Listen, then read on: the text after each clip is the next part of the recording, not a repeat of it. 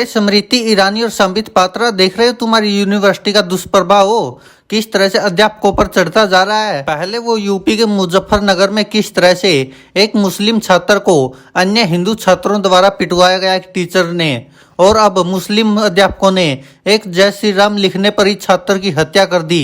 यह सब जो घटनाएं हो रही है ना, यह सब तुम लोगों ने ही फैलाई है। जिस तरह से कभी अमित शाह, कभी मोदी, कभी जेपी नड्डा, और तुम लोगों का तो काम ही ये है जिस तरह से हिंदू मुस्लिम पर राजनीति करते हो ना, उसी का नतीजा भुगत रही है देश की जनता। इन स्कूल में पढ़ने वाले छोटे छोटे बच्चों को तो ये भी नहीं पता होगा कि हिंदू क्या होता है और मुस्लिम क्या होता है, और उसकी भेंट भी चढ़ गई ये लोग तुम्हारी वजह से।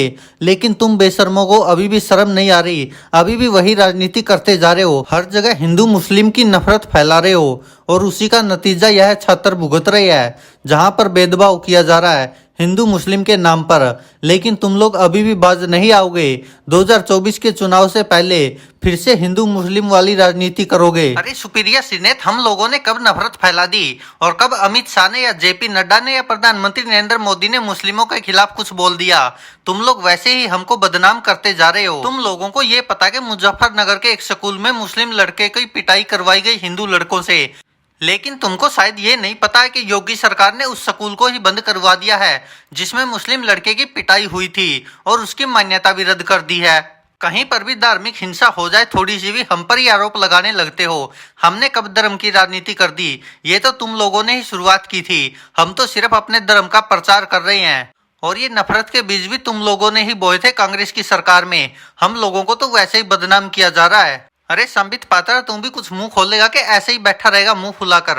अरे स्मृति जी, इन लोगों को कुछ भी समझाओ, पल्ले तो पड़ने वाला है नहीं, क्योंकि इन लोगों की नीति शुरू से ही यही है कि नफरत फैलाओ और राज करो। तभी तो इतने सालों तक ये राज करते रहे, देश में नफरत फैला फैला कर। अब ये लोग हमको बदनाम करने के लिए हिंदू मुस्लिम की राजनीति करने का आरोप लगाते हैं, लेकिन शुरुआत इन्हीं ने की थी, तभी तो इतना हिंदू मुस्लिम फैला हुआ देश में।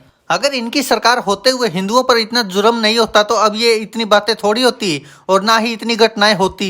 देश में कहीं भी कुछ भी हो जाए, जो गलत हो गया वो तो प्रधानमंत्री नरेंद्र मोदी ने कर दिया, और कुछ अच्छा हो जाए तो उसका क्रेडिट देने नहीं देते हैं।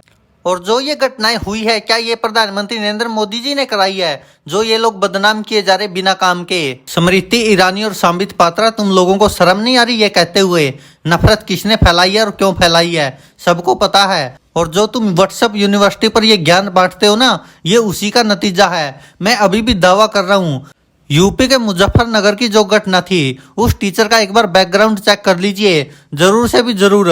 या तो वो संघ से जुड़ी होगी या फिर भारतीय जनता पार्टी से जुड़ी होगी, तभी इतनी नफरत भरी है मुसलमानों के प्रति उसके दिल में। अब ये बता दीजिए, देश का भविष्य आने वाले यह बच्चे, उनके लिए इतनी नफरत पैदा कहाँ से कर रही है? अब सोचकर देखिए कि साथ पढ़ने वाले बच्चों में ही इतना भेदभाव हो, वो भी धर्म के नाम पर। तो ये ऐसी ऐसी टीचरें देश का भविष्य बना रही है या बर्बाद कर रही है? और ये सब इन्हीं की वजह से हो रहा है, जो ये हर लोग सोशल मीडिया पर गंद फैलाते हैं, जहर फैलाते हैं, मुस्लिम धर्म के खिलाफ नफरत फैलाते हैं, उसी का नतीजा होता है ये अपने खुद के बच्चों को तो विदेशों में भेज देते हैं, और जो इनके समर्थक होते हैं अंधभगत, वो बेचारे तलवारें, लाठी, डंडे ये सब लेकर सड़कों पर घूमते रहते हैं। फिर पुलिस वाले जब उठा लेते हैं, तब यह पल्ला झटका लेते कि ये हमारे संगठन में नहीं है, ना ये बजरंग दल में है, ना ये हिंदू सेना में है, ना इसमें है, ना वो उसमें है। यह सब कह के पल्ला झटका लेते हैं। तब शर्म नहीं आती इन लोगों को कि देश के भविष्य को कैसे बर्बाद कर रहे हैं ये लोग। इन लोगों को यह नहीं समझ में आ रही